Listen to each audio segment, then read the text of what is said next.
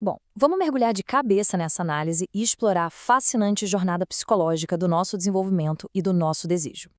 Sabe aquelas teorias psicanalíticas super densas do Jacques Lacan? Pois é, a gente vai decodificar isso hoje. O objetivo aqui é entender como a nossa mente se estrutura desde o exato momento em que a gente nasce até as dinâmicas super complexas dos nossos relacionamentos adultos. Compreender tudo isso é a chave para entender por que a gente age, deseja e ama exatamente do jeito que ama. E para organizar bem essas ideias complexas, o nosso roteiro de hoje vai cobrir 5 pontos: a simbiose inicial, o grande outro, o estádio do espelho, o complexo de castração e as posições de sexuação. Vai ser uma verdadeira jornada estrutural. Ponto 1. A simbiose inicial, ou o bebê indefeso. É muito interessante notar como tudo isso começa, né? Literalmente com uma dura e inescapável realidade biológica sobre a nossa própria infância. Pensa bem, por que um bebê humano é tão completamente indefeso se a gente comparar com outros animais? Um bezerrinho mal nasce e já sai andando, né? Já o ser humano, bom, ele precisa de anos de cuidado contínuo. Nos primeiros momentos de vida, a gente é totalmente dependente e sem coordenação nenhuma. É praticamente um organismo movido só por instinto de sobrevivência e zero autonomia. E isso mostra perfeitamente o nosso primeiro grande conflito mental. Para o Lacan, o bebê vive no que ele chama de o real, enxergando a si mesmo meio que como um corpo despedaçado. Imagina a angústia. A criança se sente fisicamente incompleta, como um quebra-cabeça todo solto. Essa aflição biológica é tão forte que cria na gente uma necessidade desesperada de inventar um eu imaginário, sabe? Uma versão unificada de nós mesmos. A gente precisa dessa ilusão para sobreviver àquele caos inicial. E aí entra um conceito super importante, o falo. Mas calma, na psicanálise são um objeto totalmente simbólico. O ponto crucial é que nessa relação simbiótica do início da vida, a criança não fica ali só recebendo o cuidado de forma passiva. Inconscientemente, ela tenta ser absolutamente tudo que a mãe deseja.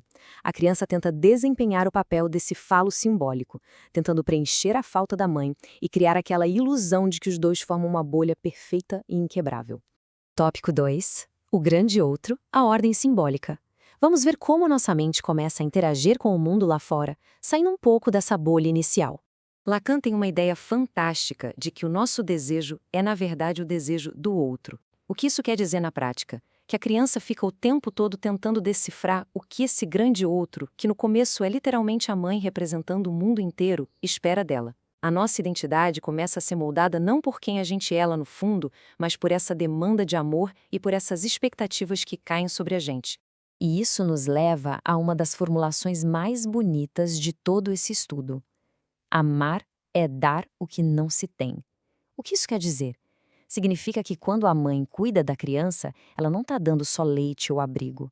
Ela entrega um dom, ela entrega a própria falta dela. O amor, nessa dinâmica toda, não é você dar um objeto material completinho para a pessoa, mas sim compartilhar um vazio fundamental, uma ausência que, por mais bizarro que pareça, conecta os dois de um jeito super profundo. 3. O estádio do espelho e a formação do eu. Chega uma hora em que o nosso desenvolvimento atinge um marco gigantesco para a nossa identidade visual e psicológica. Lá pelos primeiros meses de vida, quando o bebê finalmente se reconhece no reflexo de um espelho, rola um verdadeiro momento de júbilo, uma alegria explosiva. E por que isso acontece? Porque pela primeira vez, em vez de se sentir como aquele corpo fragmentado e sem controle, o bebê vê uma imagem inteira. Ele enxerga um ego imaginário unificado que esconde a bagunça real dele. É muito comum a criança olhar para o espelho, ver aquela forma completinha e virar para trás para olhar para a mãe, meio que perguntando: "Ei, esse sou eu mesmo?" A gente precisa desesperadamente desse limite sólido que a imagem do espelho dá. Sem ele, a nossa mente sofre demais. Para você ter uma ideia, nas análises clínicas da fonte, as estruturas de personalidade borderline são frequentemente comparadas a uma piscina de borda infinita. Sem aquela borda bem definida, a água parece que vai despencar para o nada, gerando vertigem, uma angústia terrível. No fim das contas, a todos nós precisamos dessa borda, dessa ilusão de completude, para conseguir operar no mundo. Ponto 4. O complexo de castração e os estágios de Édipo. É aqui que a gente chega na fratura dolorosa, mas super inevitável, daquela ilusão original de perfeição entre mãe e filho. Esse processo de quebra acontece em 3 passos fundamentais. Primeiro, vem a frustração. A criança saca que a mãe nem sempre vai estar lá para dar tudo na hora que ela quer. Depois, vem a privação, que é aquele choque de realidade de que ninguém, nem mesmo a mãe, tem a completude total. E por último, a famosa castração. E não é nada físico, tá? É só a aceitação da lei simbólica. Geralmente é a figura do pai, ou um terceiro elemento, que vem para cortar essa simbiose e separar a criança, empurrando ela para o mundo das regras e da linguagem. 5 posições de sexuação, o desejo e a identidade na vida adulta.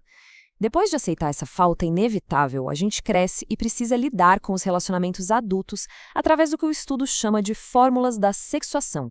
É super importante deixar claro que essas são posições estruturais e lógicas do nosso inconsciente. Não são realidades biológicas estritas, tá? A posição masculina é caracterizada como sendo mais fechada, bem racional, partindo da premissa de que o sujeito tem a ilusão de que tem o falo. Já a posição feminina é mais aberta a um gozo suplementar, uma satisfação que escapa da lógica rígida e das palavras, operando naquela ideia de ser o falo, sem tê-lo. Cada lado lida com a nossa falta estrutural de um jeito completamente diferente. E como a posição feminina não tem um termo rígido e fechado para se definir na linguagem simbólica, ela acaba recorrendo ao que a psicanálise chama de mascarada. O que é isso? É usar roupas, atitudes, maquiagem e acessórios para criar uma identidade e cobrir aquele vazio. É um processo constante de inventar o que de fato significa ser mulher, já que estruturalmente não existe um conceito universal e engessado que dê conta dessa definição. Tudo isso deságua numa frase do Lacan que é, no mínimo, provocativa. A relação sexual não existe. Claro que ele não está negando o ato físico em si. O que essa máxima brilhante quer dizer é que simplesmente não existe uma totalidade complementar perfeita entre duas pessoas. Aquela história de cara metade que encaixa sem sobras não é real. Cada pessoa está ali, na verdade, lidando com a sua própria falta e se relacionando com as suas próprias fantasias que ela projeta no outro. E essa análise deixa a gente com uma baita pulga atrás da orelha sobre essa tal ilusão de completude. Se a gente já nasce totalmente desamparado e passa a vida inteira tentando juntar os nossos cacos e cobrir os nossos fragmentos, fica a grande provocação. Até que ponto os nossos desejos são realmente nossos e não apenas ecos do que o grande outro espera da gente? É um convite tanto para a gente questionar as dinâmicas mais invisíveis das nossas interações no dia a dia. Fica a reflexão. Até a próxima exploração.